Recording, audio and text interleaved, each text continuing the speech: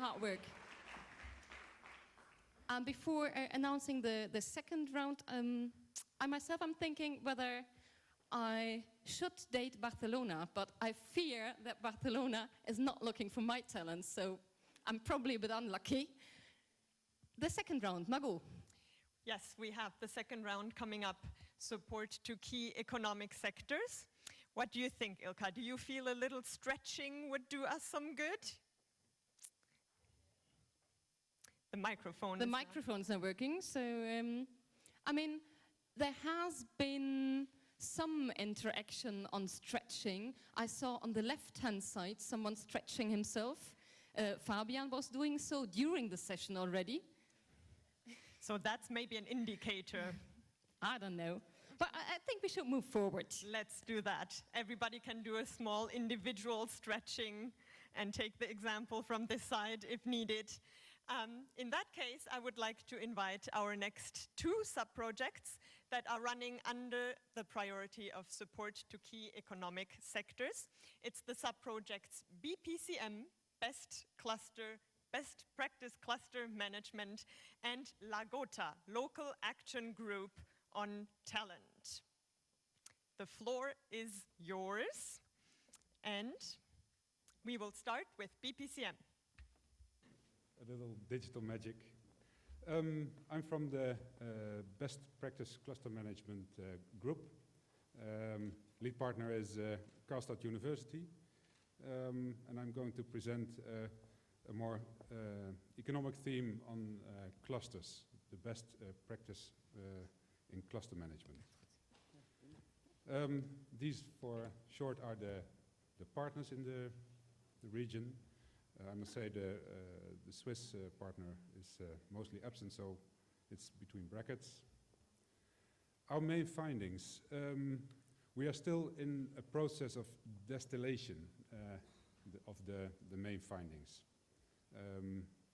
There's a big variety in our set of regions towards the different clusters.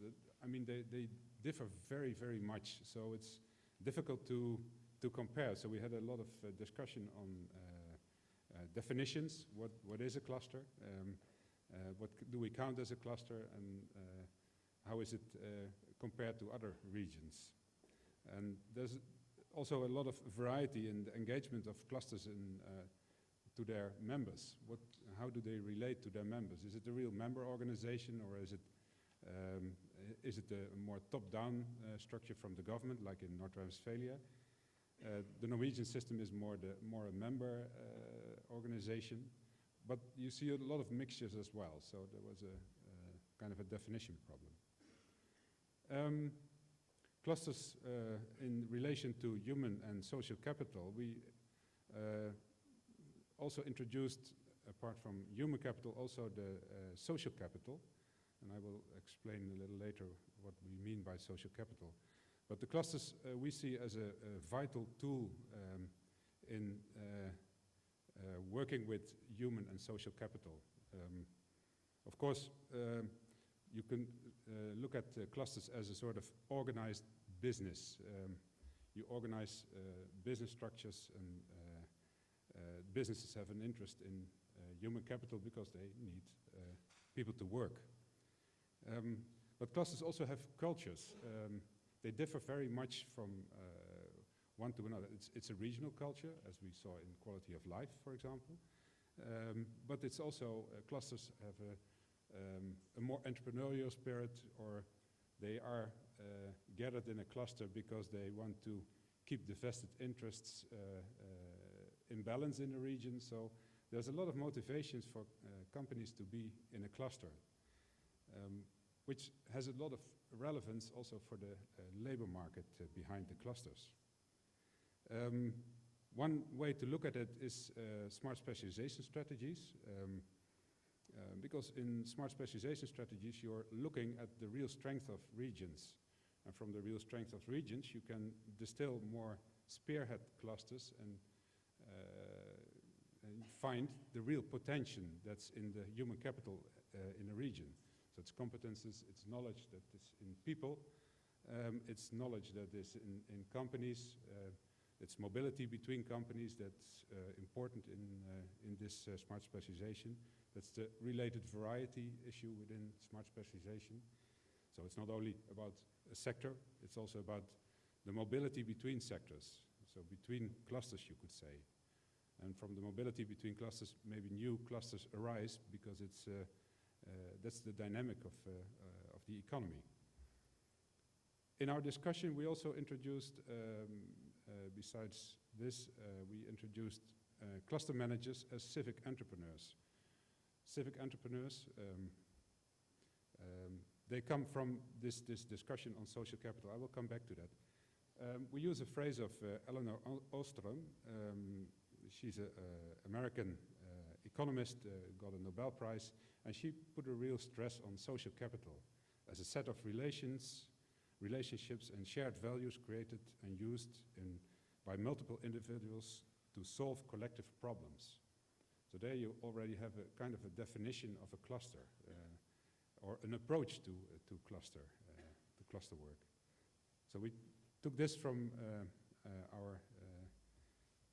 into our model. Here you can see the Porter diamond augmented with some social capital, the Elinor Ostrom input. In social capital, it's important that you have reciprocity between the actors in the field. Reciprocity gives reputation, and reputation gives trust. And trust, again, enhances the reciprocity in a region. And it raises the level of cooperation in the region. That's basically the central part of the social capital discussion.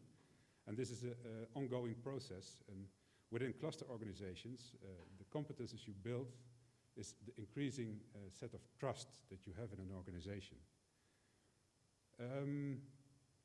The civic entrepreneur, in this, it's more the micro level, as we say, he or she is the one that stimulates the visions, the initiatives, and the leadership. So that's an important role. The cluster manager is a sort of catalyst in the process of mobilizing the social and human capital towards the cluster needs. That's about the framework. We did some interim results in a book. I think most of you saw already. It's downloadable also on our website. It's a big inventarization of all the clusters in our different regions, combined with national strategies and regional strategies. So you can, it's kind of a dictionary. Our next steps ahead.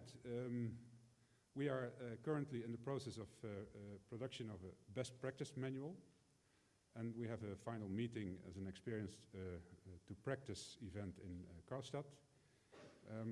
And this will consolidate the project and especially the partnership as we have right now, as relationships both professional and social have been established, and a foundation for future work is in place, which are beautiful words to say that we did a lot of visiting and exchange of experiences, finding out from each other how do clusters in our different regions work. What's the culture of a region, what's the culture of the clusters, and how do we can understand and compare those different worlds. In our best practice guide, these are the headlines we want to fill in with all the different best practices we can find in the different regions. And we're in the process of collecting them right now. We also have some policy recommendations, and that's that social and human capital is embedded more dynamically into cluster management because we think it's a very important part. It's also, of course, a branding issue, as was mentioned in the other projects, but it's very much also a part of the cluster management. Cluster managers should be more aware that human and social capital is an issue within their clusters. It's not only about meetings between companies, but it's also about the level deeper and organizing this labor mobility behind the cluster. For example, labor pools or whatever. that there is a more long-term and strategical funding systems for active clusters put in place with rigorous benchmarking and outcome evaluated. So we have more continuation in the long term. So not only a four-year period of a next election, but have it on a longer basis, because if you work with social and human capital, it's not short processes. And interclustering and internationalization, which is the mobility, is seen more as a natural process within the development of cluster work, and that it's promoted and facilitated to maximize the possible outcomes from regions. That's my, hopefully, 5 minutes. Thank you very much. We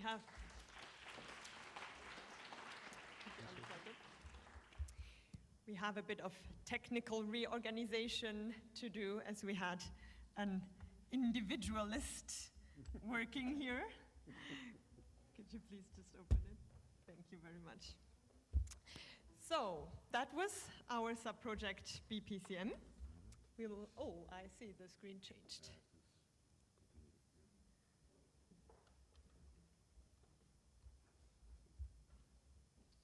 Now, of course, I don't want to bore you with the same thing that we already saw, so we will just jump ahead to Lagota. Lagota being our next sub-project in line, local action groups on talent. The word is yours. When we joined Brainflow, we never expected to be in a competition. When we joined Brainflow, we never expected to be in a competition, because I strongly believe, and that was also the outcome of the Lagota project, that if all regions in Europe have a shortage of talent, and we are going to compete with each other in a competition about that talent, we all lose. So sharing is the answer, I guess. And that's, let me explain more about the Lagota project, but that is, I think, the essence of what we were doing. Trying to share ideas, trying to share knowledge, trying to share and innovate, and then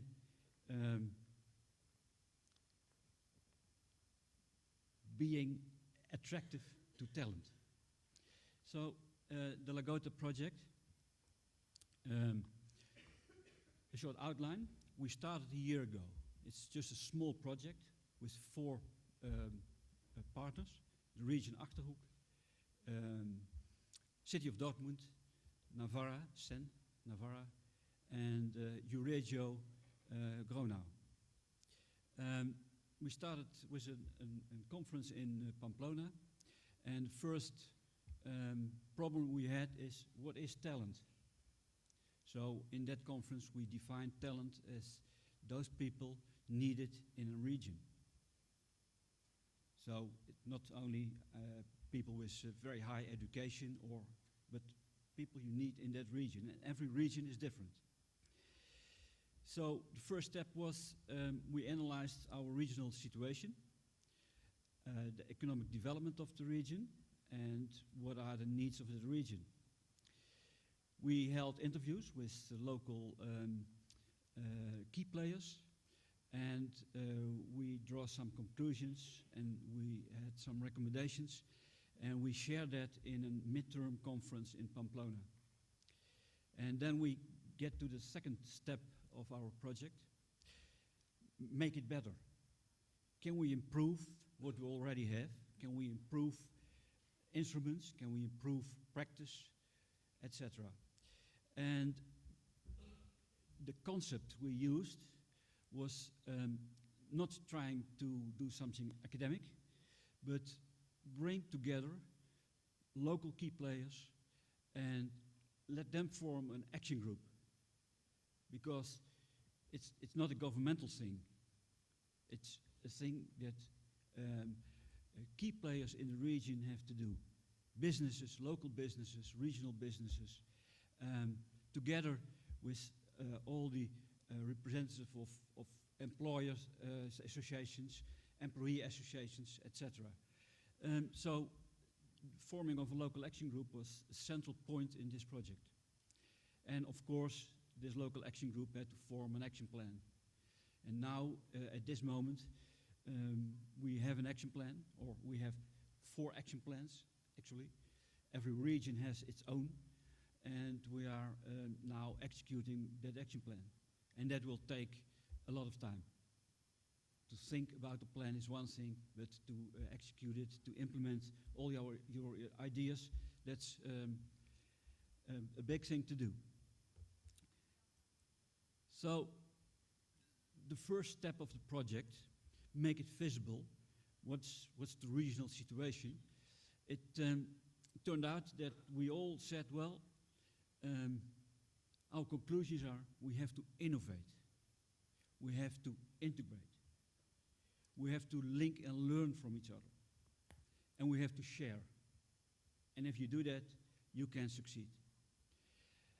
And one of the outcomes was also that we have to think differently about binding, retaining, developing talent. Brain drain, is that a problem? Yes, everybody says. No. Let people go. They go anyway. So, but they return to your region in the second stage of their career. And then they are more experienced, better educated, and they bring all new ideas that brings innovation to your region. So basically, one of the outcomes was different thinking for different results. But of course, we had all kinds of actions. And the first one was to establish an action group. And if you've all that experience, if you work in a team, that trust and acceptance in that team is basically the most important thing for success of that team. If people trust each other, they share information. If people share information, you get the same idea about what to accomplish. And if you have the same idea about what to accomplish, the next step is you can work out together plans. If there is no trust, people don't share information. They keep it for themselves. So trust and acceptance seems to be the basic impact factor for the local action groups. So we said, well, what kind of people should be in that action group? Well, people should have their roots in the region. They should have a good reputation. They should have a good network. And they should committed to bring that network to the other people in the action group. Share your network. And of course, you must have people who not only think about plans, but also are able to implement plans. Commitment, sharing are the basic ideas about a local action group. And in the region Achterhoek, we formed an action group, and yes, with these kind of people, and yes, it works. So, in your own region, please copy this idea.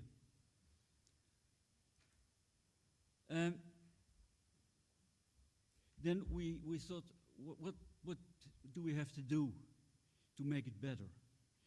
And the first step is we saw entrepreneurship and innovation as the engine of all the rest.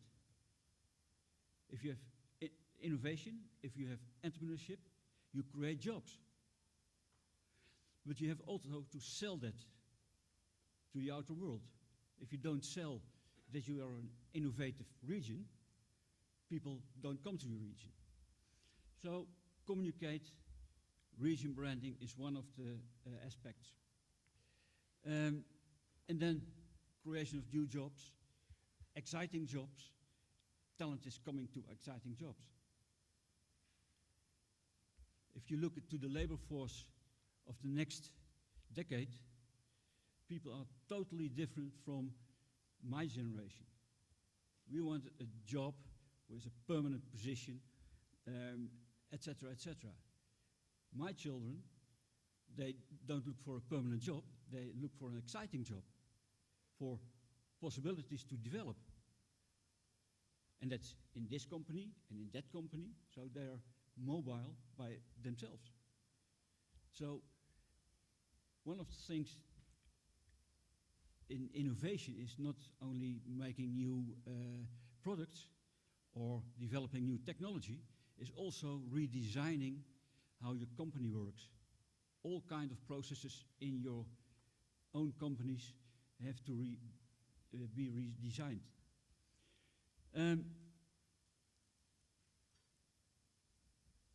Lessons learned about innovation. A monoculture is the enemy of innovation. So that leads to the idea you have to share, you have to go across borders, across your borders of your region, but also across economic sectors.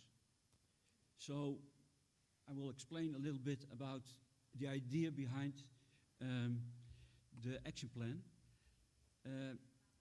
For example, you have a lot of companies in your region. They all sell a product or a service.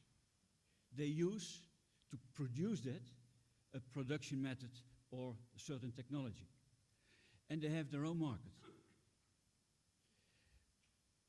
If you go across economic sectors and you establish networks of companies who share, then you get new possibilities, new markets, new services, new technology development, you get new ideas, and you get the opportunity for talent to be mobile between sectors. So the whole idea behind this is you can reinforce your economic sectors by sharing in your region.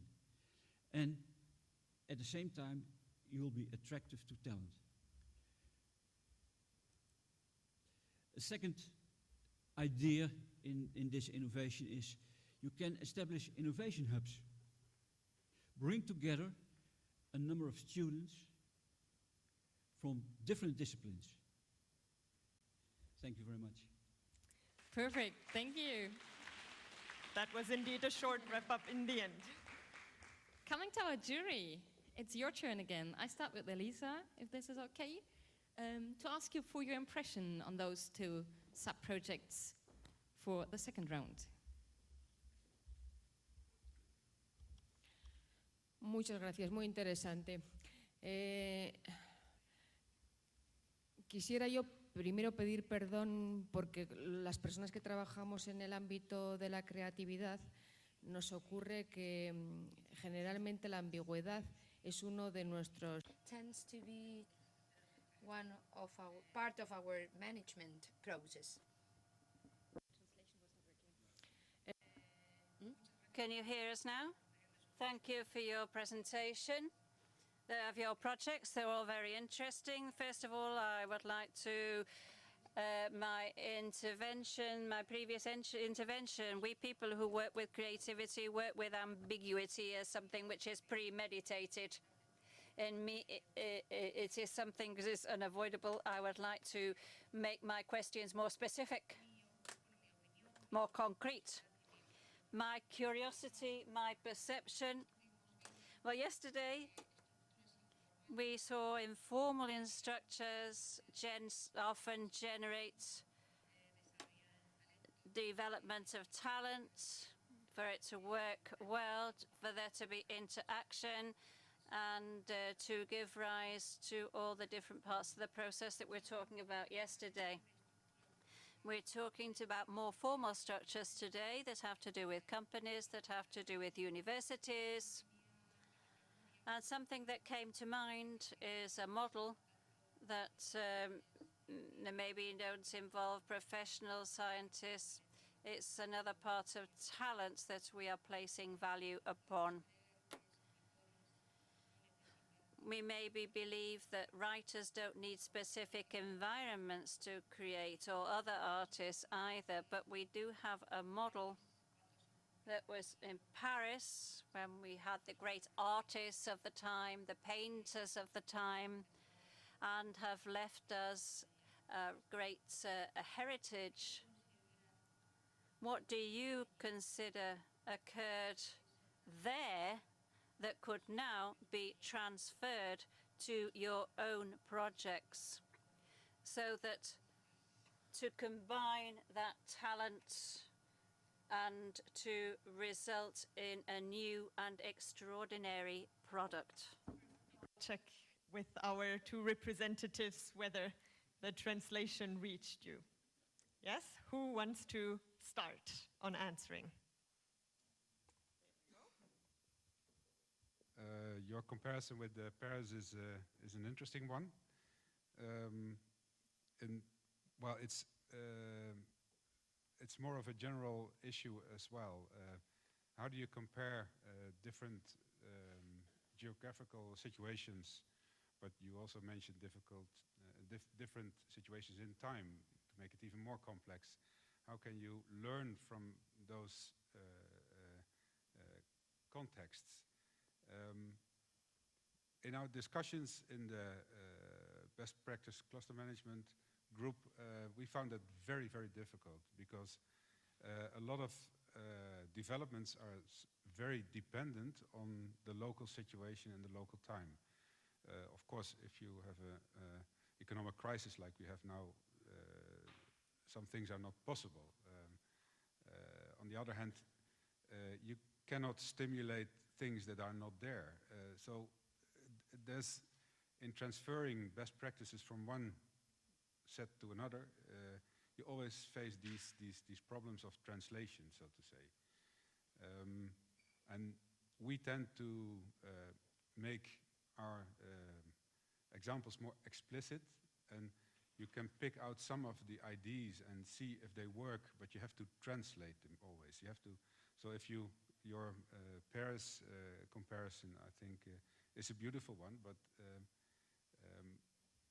can we stimulate this creativity in a region if it's not rooted there?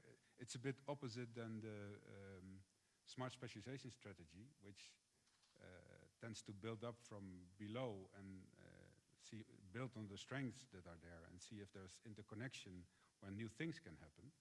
But it's really rooted within the region. So yes, you can learn, but always translate and interpret and adapt. Yeah, I think the Paris group of painters, why did they come to Paris? Because they felt it was an attractive environment to be inspired by other people, not only by painters, but also by writers or philosophers.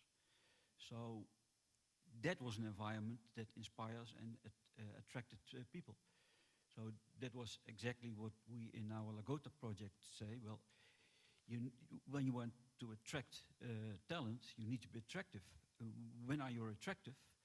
If there is a lot of excitement going on, and excitement is not entertainment, but excitement in terms of innovative companies.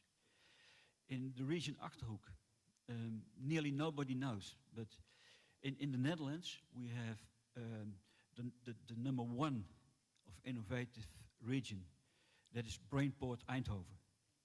The second one is the region Achterhoek. And if you look into how the region Achterhoek is selling itself as a region where you can hike and bike, where it's nice to be as a retired person to go to the green meadows and to the farms. It's the second region, innovative region in the Netherlands. And what's attractive to talent? Not that you can hike and bike over there, but that there are interesting companies. So basically, the Paris, I want not to compare Paris with the region Achterhoek, but maybe in the future. Thank you very much. should we continue with the jury round? My clock and my stomach tell me that we are getting close to lunch, so maybe we should do a relatively quick jury round and get a bit of fresh air. And those who would like to ask questions to the two representatives of BPCM and Lagota from the audience. I'm seeing some disapproval there. Could maybe quickly remember their question, because we will have more time afterwards and probably a clearer, fresher head. So I give back to the jury. Okay, thank you very much. And I think that there were pretty nice ideas in your contribution, so thank you for that. It came to my mind some variety of questions, but most of them related with the subjects of trust, of confidence in a given region, in a given organization as well, and particularly the idea of balance, because key economic sectors seems to be rather specialized and probably contextualized in a given period or in a given epoch. In general, foreseeing which are going to be future key economical sectors, it's almost impossible or really hard. But however, may the balance of different sectors in a region can provide some assurance for the future in that sense. And very closely related in that sense, but covering the confidence point, just pushing forwards again the dating metaphor. I guess that, for instance, many Southern Europe regions nowadays are suspect of having venereal diseases in terms of economical health. I mean, they might seem not very attractive to mate with them. What do you think about that?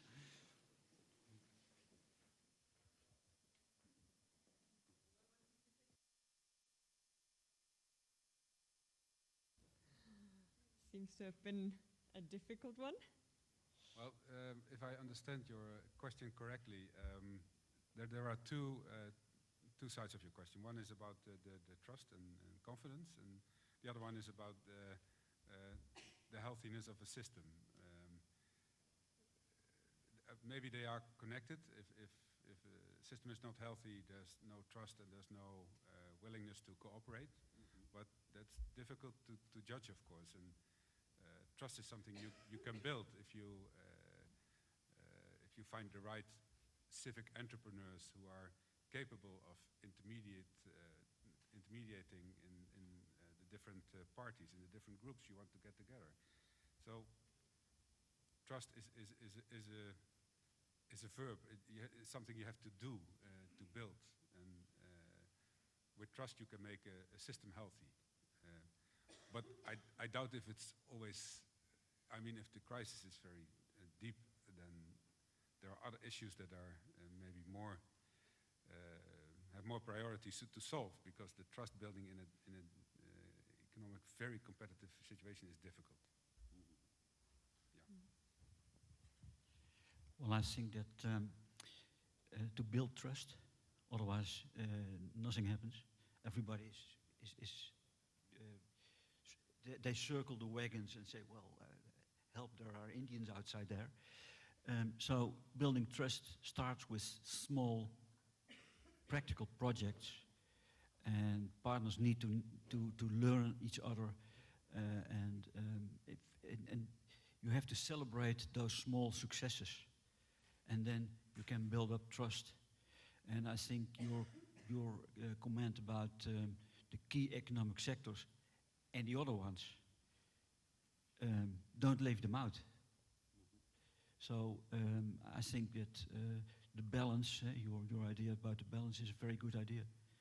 And start small, with small projects, with a few trusted people who combine companies and talent with companies, and then people see the success and they develop further networks. Thank you very much. Yes, thank you. Thank you for the presentations, both were very interesting, and also especially interesting to see how the Lagota sub-project has actually served as an incubator for a specific project. Very interesting, and also that is.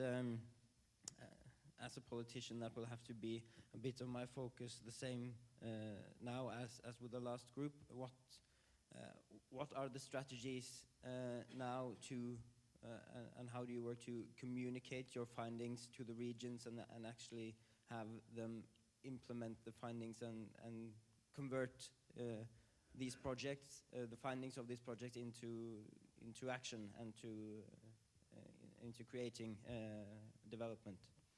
Yeah, a good example is, for example, the Employers Association in the Netherlands and in North Rhine-Westphalia. They started now a project in just sharing information about what the needs of companies are, in what market they operate, in what services they provide or what products they sell. And just that database is the first step in seeing what's going around in both regions, and it's a cross-border project. So that project is also is now implemented, and they hope in 1 year that they can share all the information, so companies can find each other who say, hey, they have a technology I can use I'm in a completely different market or a different sector, but the ideas of that sector I can use. And for example, maybe you heard about it. There is an architect, and he's designing buildings, and he's now using a three-dimensional printer to make building blocks to build houses.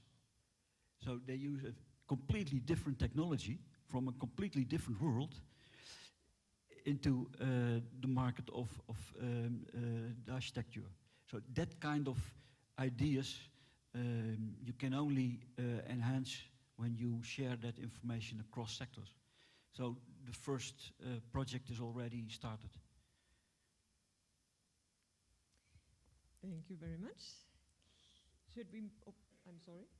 Maybe a short comment from my side to your question. In our case, transferring of what we discussed would work as framing the issues of social capital and human capital. Human capital is more normal, but social capital is something we really like to add to the discussion. And if you raise this subject and frame it as an issue for cluster management, then I think we already gained something. Thank you. And we pass on. I had the same question that Lasse had, so I think we take the time for other questions. Thank you very much. Then we move on to our audience and the one impatient person that would like to pose a question. It's not just, I have two questions, or I have one question and one comment. Thank you for the practice of Paris. It was good, because Paris was not only in that time good because of its architecture, it has something else. The people came to Paris who were migrants. They were a kind of innovators. And because today it's like migrants are living in the suburbs, and the rich or the people who are like home communities, they are living in the center. But in Paris in that time, it was the other way around. So the migrants were in the center and the others were in the suburbs, the rich one, you know. So why they came to Paris was because Paris was open, so it was open for people to come, and because it had kind of something, and that's the question to you, social capital. It's from Bourdieu, so it's also from that French time. And so what do you understand? So how do you define it again?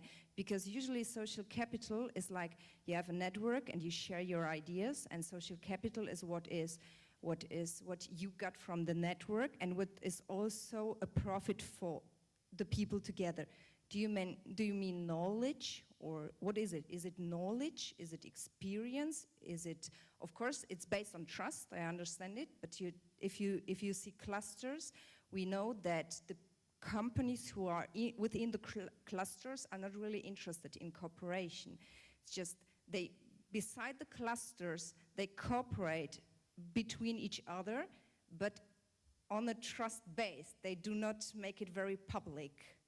I don't know. It's just like, trying to go deeper and ask, what do you mean by social capital? And well, maybe social capital is something that you relate to human capital. Human capital is more defined as competences of people, whereas the social capital is in the network. It's more the cultural values within a system, the knowledge that's floating around in the system, not so much the knowledge in people that have competences. So maybe that's the big difference.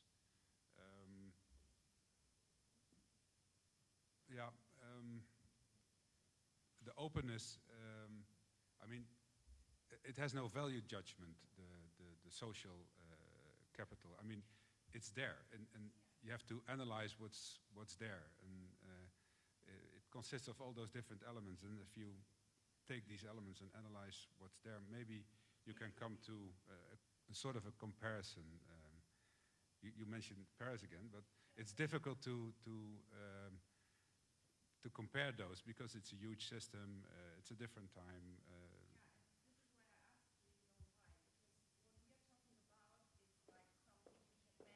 Mm.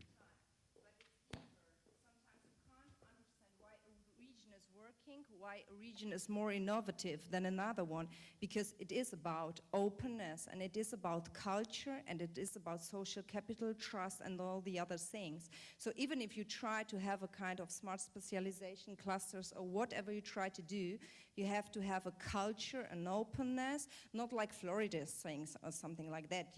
I'm not referring to Florida, but it's like, you can't get it and you can't explain it. So that's just what I'm trying to say. But you can make it explicit. Yeah, you can. You don't need to measure it, but you can make it explicit and make it part of the discussion. Yeah. I think that's the main issue. I think we see the critical mind of our PhD students. More questions, so therefore I was already around the corner. Thank you. One very brief question concerning clusters and the future of cluster policy. Many regions have specialized already, and the clusters we see today are a result of that, really. Now we have a new set of policies, the smart specialization policy, for example. Having looked at a fair number of clusters in the partner regions, and looking at policy as well, both on the European level and the national level, like you said, and like I know you have. How do you see smart specialization impacting on the future of cluster policy? Is there, for example, a need for clusters to specialize further on more narrow thematic areas, or is there a need for regions to specialize further on fewer clusters? I think you just defined a new PhD thesis. It's a difficult question. It also has to do with life cycle of clusters. If you have new emerging clusters, or you have very old clusters that are guarding the vested interests in a region, then you're not so much talking about the relation to smart specialization. It's more a economical power game. Like in your region, the paper industry, that's a big industry with a lot of vested interests. Of course, it's very much part of the region. In that sense, it's part of the smart specialization of the region. But it's more difficult to flower new clusters from this, because the cluster somehow keeps the power balance. And in my understanding of smart specialization, what you want to do is look at the cross-sectoral possibilities and see if you can find new clusters to develop. And use the spillovers of one cluster in another cluster to create a new one, an emerging one. So there's a lot of different nuances to this, this very interesting question. Okay, thank you very much. If there are no further questions, I think the first 2 rounds have been a lot of brain food for all of us. And that's probably the best point in time to move on for the physical food. Exactly, the actual food is waiting for us outside. And we would be very pleased to see you here again at 2 to continue our round with 2 more sub-projects and a wrap-up session. Thank you very much.